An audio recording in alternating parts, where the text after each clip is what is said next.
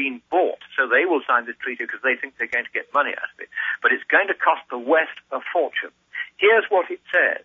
Developed country parties, that's what they call countries like the United States, for instance, are going to have to pay a tax of anything up to 2% of gross national product. To give you an idea of how big that is, for instance, that's half the U.S. defense budget.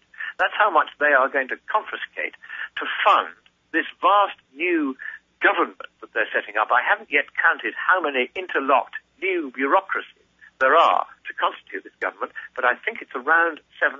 I'm going to try and do a more exact count later. Then they're going to be levied on their greenhouse gas emissions. They're going to auction allowances to emit greenhouse gases, and if you don't buy an allowance to emit greenhouse gases, you won't be allowed to emit them.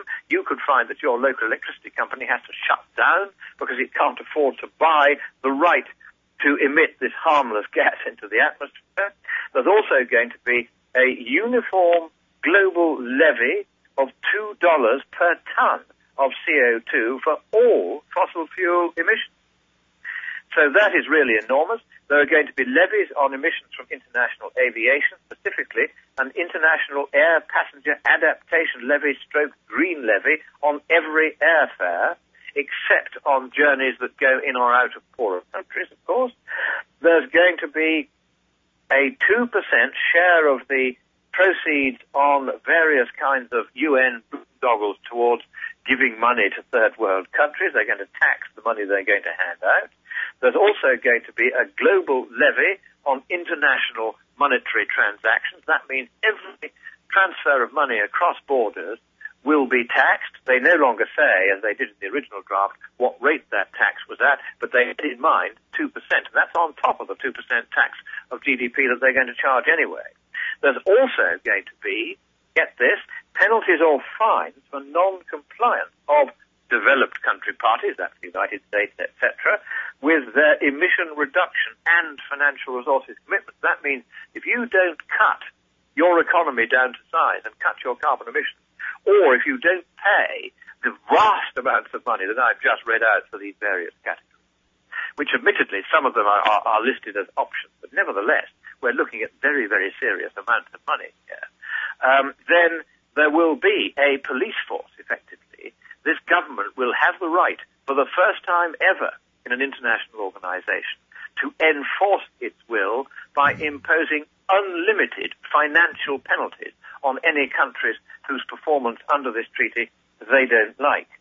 Now, I could go on and on and on and on because there's pages and pages of this. There's an adaptation fund, a multilateral adaptation fund, solidarity funds, mitigation funds, multilateral climate technology fund. A total global government takeover. A global government, sir. Is this total global government? This is total global government, but on a scale which is simply unimaginable. I mean, the cost of all these extra boards and panels and technology funds and this and that, that's going to come out of general taxpayers' money over and above the various individual financial provisions I've just read out.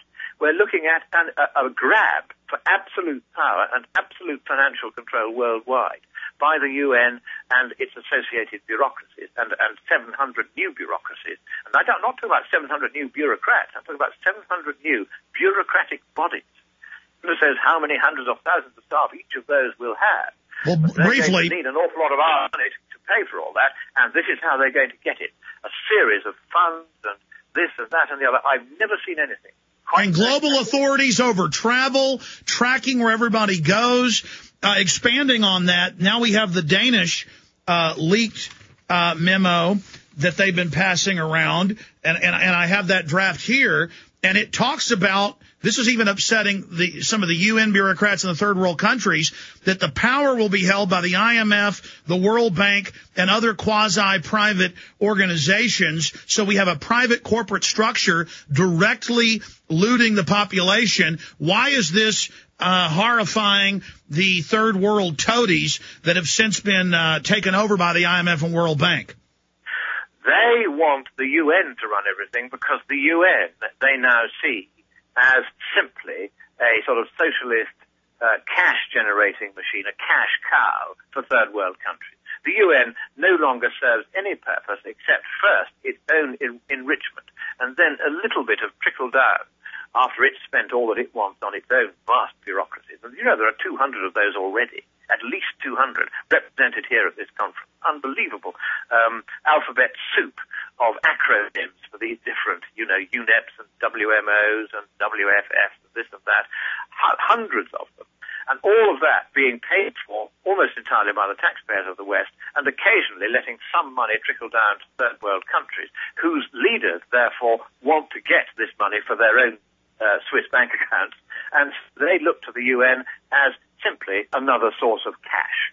And so they're trying to buy, the UN is trying to buy these third world countries by saying, well, we're going to really make the developed countries pay.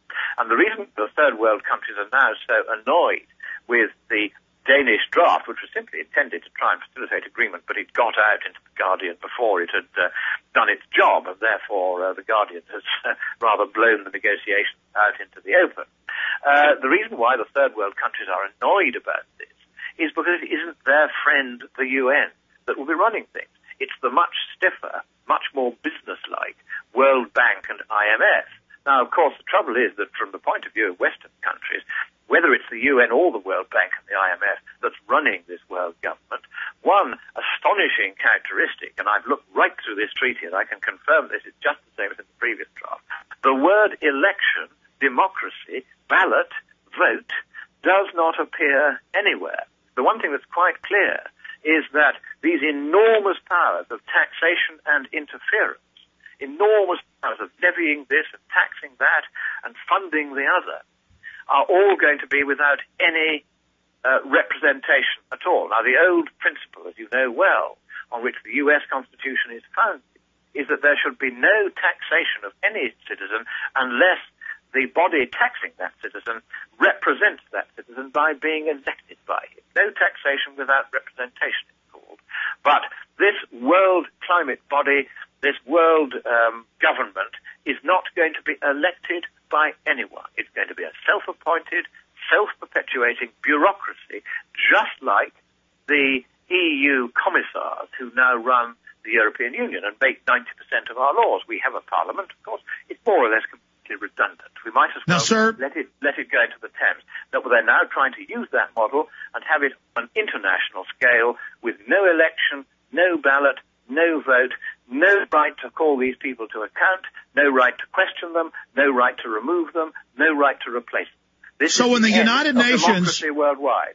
So when the United Nations says this is the greatest moment for world government, this is the year of the establishment of global governance, as the head of the EU and as Ban Ki-moon, the head of the UN Secretary General, has said, they really mean it.